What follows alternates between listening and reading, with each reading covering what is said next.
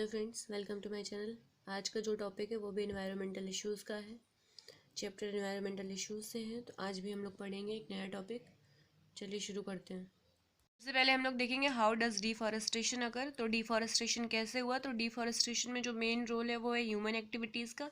Human activities में कौन कौन सी ह्यूमन एक्टिविटीज़ हैं। तो सबसे पहले है जो हमें मेनली पढ़ना है वो conversion of a forest to agriculture land. मतलब इन्होंने जंगलों को एग्रीकल्चर लैंड में कन्वर्ट कर दिया था ह्यूमंस ने।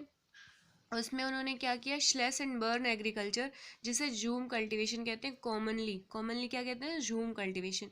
याद रखने के लिए मैं बता देती हूँ कि वो झूम झूम के जलते हैं, तो जूम कल्टीवेशन उसे कहते हैं।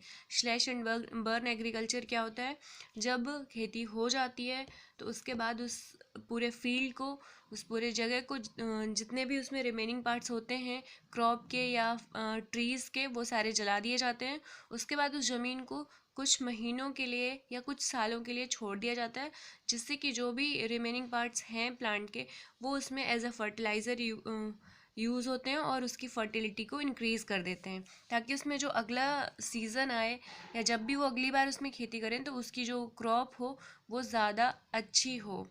इसे ही कहते हैं स्लैश एंड बर्न एग्रीकल्चर। तो ये पहले जब पॉपुलेशन कम थी ह्यूमंस की तब तो ये नॉर्मली चलता था, क्योंकि ड्यूरेशन बहुत ज़्यादा होता था, गैप बहुत ज़्यादा दिया जाता था, और जो लोग ऐसा करते थे वो उस जगह को छोड़कर दूसरी जगह चले जाते थे, हर बार नई जगह खेती करते थे और फिर कई सालों के गैप के बाद वो उस जगह रिटर्न होते थे, जिसकी वजह से जो ज़मीन थी उसकी फर्टिलिटी मेंटेन रहती थी। लेकिन जब पॉपुलेशन ह्यूमन की इंक्रीज़ हुई तो उस जगह को उतना टाइम नहीं मिलता था रिकवरी के लिए, जिसकी वजह से वहाँ पर डिफॉरेस्टेशन स्टार्ट हो गया। तो ये एक मेन रीज़न था, पॉपुलेशन इंक्रीज़ होने की वजह से स्लैश एंड बर्न एग्रीकल्चर भी एक रीज़न बन गया डिफॉरेस्ट्रेशन का। और ये कहाँ होता था, ये north eastern state of India में होता था। नॉर्थ ईस्टर्न स्टेट, ये इंपॉर्टेंट है कि ये कहाँ होता था, तो ये north eastern state of India में होता था। स्लैश एंड बर्न एग्रीकल्चर, जिससे कॉमनली क्या कहा जाता है, जूम कल्टीवेशन कहा जाता है जिससे कॉमनली। और हम लोग देखेंगे what are the consequence of the deforestation. Consequence क्या होता है, परिणाम या नतीजे। किसी भी चीज़ के परिणाम या नतीजे को क्या कहते हैं, कॉन्सिक्वेंस। तो यहाँ पर हम लोग पढ़ रहे हैं डिफॉरेस्टेशन, तो उसी के परिणाम या नतीजे। तो कुछ मेजर इफेक्ट हैं या मेजर कॉन्सिक्वेंस हैं जो डिफॉरेस्टेशन की वजह से हमें देखने को मिले हैं। तो सबसे पहला जो इन्हेंस हुई थी वो CO2 कंसनट्रेशन हुआ था एटमॉस्फेयर में इन्हेंस, क्योंकि जब डिफॉरेस्टेशन होगा तो जो ट्री होते हैं वो CO2 कंज्यूम कर लेते हैं।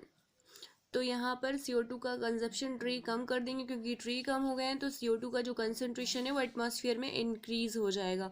और दूसरा बायोडाइवर्सिटी लॉस। बायोडाइवर्सिटी लॉस कैसे, क्योंकि जो फॉरेस्ट हैं वो कम हो रहे हैं तो हैबिटेट डिस्ट्रक्शन होगा। हैबिटेट डिस्ट्रक्शन होगा तो एनिमल्स को प्रॉब्लम होगी। और तो अगर आपको मेरी वीडियो पसंद आई हो तो प्लीज़ वीडियो को लाइक कर दें, चैनल को सब्सक्राइब कर दें, अपने फ्रेंड के साथ शेयर कर दें और बेल बटन को प्रेस करना ना भूलें। फिर मिलेंगे नए वीडियो में नए टॉपिक में। Bye bye.